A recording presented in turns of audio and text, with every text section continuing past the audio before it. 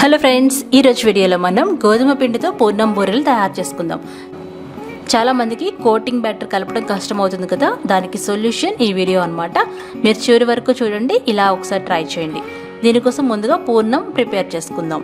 2 గంటల పాటు నానబెట్టుకున్న 1 కప్పు పచ్చిశనగపప్పుని కుక్కర్లో వేసుకొని 1 కప్పు నీళ్లు పోసుకొని కొద్దిగా ఉప్పు వేసేసి మనం మీడియం ఫ్లేమ్లో పెట్టుకుని 4 నుండి 5 విజిల్స్ ఉడికించుకోవాలి.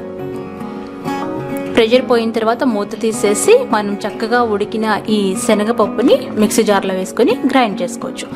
లేదంటే దీన్ని గరిటెతో కొంచెం మ్యాష్ చేసినా చక్కగా నలిగిపోతుంది అనమాట. మనం ఎక్కువ విజిల్స్ ఉడికించుకున్నాం కాబట్టి.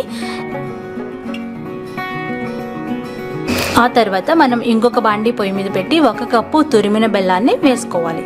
ఇది మీడియం ఫ్లేమ్లో పెట్టుకొని ఈ బెల్లం కరుగుతూ ఉండగా మనం ఆల్రెడీ మెదిపి పక్కన పెట్టుకున్న పచ్చిశనగపప్పు పేస్ట్ని ఇందులో వేసేసి మనం బాగా దగ్గర పడేంత వరకు ఉడికించుకోవాలి. ఒక 1/2 టీ స్పూన్ యాలక్కాయల పొడి వేసుకుని ఈ మిశ్రమాన్ని కలుపుకుంటూ గట్టిపడేంత వరకు మనం ఇలా ఉడికించుకోవాలి. స్టవ్ ఆఫ్ చేసి ఈ పూర్ణాన్ని చల్లారబెట్టుకోవాలి. ఇదే పూర్ణం స్టఫింగ్ అనమాట. ఆ తర్వాత కోటింగ్ బ్యాటర్ కోసం 1 కప్పు గోధుమ పిండిని ఒక గిన్నెలో వేసుకోవాలి. అందులో 1/2 కప్పు బియ్య పిండి వేయాలి. అందులో చిటికెడు ఉప్పు, 1 టీ స్పూన్ పంచదార వేయాలి. ఈ పిండి కలపడానికి 1.5 కప్పుల నీళ్లు పడతాయి. ముందుగా 1 కప్పు నీళ్లు పోసుకొని పిండిని బాగా కలుపుకోవాలి. ఆ తర్వాత 1/2 కప్పు నీళ్లు పోసుకొని కలుపుకోవాలి. ఇక్కడ నాకు 1.5 కప్పుల నీళ్లు కరెక్ట్గా సరిపోయినాయి.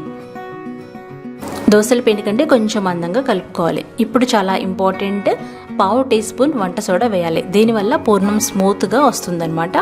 వంట సోడా వేసేసి ఇలా బాగా కలిపేసుకోవాలి. ఇప్పుడు చల్లారిన ఈ పూర్ణం మిశ్రమాన్ని ఉండలు చుట్టుకోవాలి. ఇక్కడ డ్రాపింగ్ టెక్నిక్స్ పూర్ణం బూరెల వీడియోలో బోల్డ్ అని చెప్పాను. మీకు ఎలా నచ్చితే అలా వేసుకోవచ్చు అనమాట. ఇలా ఉండలు చుట్టేసి మనం కలిపి పెట్టుకున్న గోధుమ పిండిలో డిప్ చేసేసి కాగిన నూనెలో వేసుకొని డీప్ ఫ్రై చేసుకోవడమే. మీకు చాలా చాలా చాలా బాగా వస్తాయి. ఈ కొలతలన్నీ ఫాలో అయ్యి మీరు తప్పకుండా ట్రై చేసి నాకు ఫీడ్బ్యాక్ పంపించండి.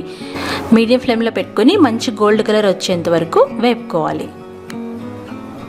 అంతే, ఎంత రుచికరమైన గోధుమ పిండితో తయారు చేసుకున్న పూర్ణం బూరెలు రెడీ అయిపోయినాయి. ఇలా మీరు ట్రై చేసి ఫీడ్బ్యాక్ పంపించండి.